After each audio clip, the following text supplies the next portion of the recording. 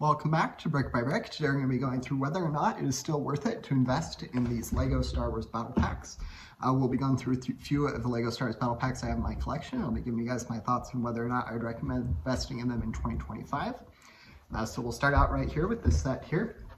I'll just put it here. So this is the Sith Troopers Battle Pack. You get the 3 Sith Troopers as well as the little officer figure there.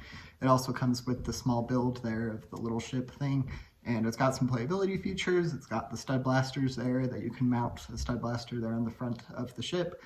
And in general, this has been a pretty decent set. It's one of the older ones-ish, older-ish in my collection. And so I've had it for a while, and it's done pretty well. I don't remember exactly how well it's going, but I do remember that it's gone up in value, probably by about 20% or so. And I was able to buy them on sale too, so that helps quite a bit. But in general, investing in these LEGO Star Wars Battle Packs, they're a pretty safe, reasonably cheap option to start with if you are investing in LEGO. Generally, the Star Wars theme is one of the better themes to invest in. They generally perform more predictably and better than many other LEGO themes, and so that can be an advantage investing in the LEGO Star Wars theme in general. But when it comes specifically to the LEGO Star Wars Battle Packs, those are essentially, they're similar in those benefits.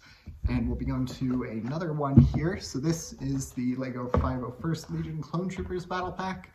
This set has got, I'm not sure how many pieces, 285, and it's got lots of great minifigures in it. You get the 4 little 501st troopers and then the 2 battle droids there that are a great addition to the set.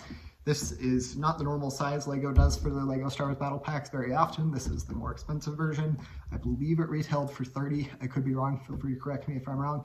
I was able to buy them on sale, and I think I still have 6 or 7 of them left in my collection. They've been doing pretty well. They haven't been retired. I think they might have actually done slightly better. They haven't been retired as long as this one, and have actually done better if I remember correctly. And in general, investing in these battle packs, people love to collect the large amount of minifigures that come with these small but little battle packs, and they're able to get that for a relatively inexpensive price for being, even if the set is retired, you get a lot of great minifigures for a relatively inexpensive price in these battle packs.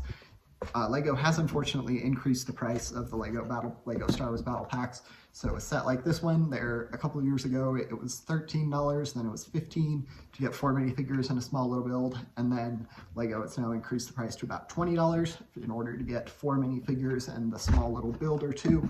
So that is an unfortunate fact, but in general, LEGO Star Wars Battle Packs are usually pretty safe, reliable investments. I've put quite a bit of I started investing in them when I started investing in LEGO. That was one of 2 first sets I bought.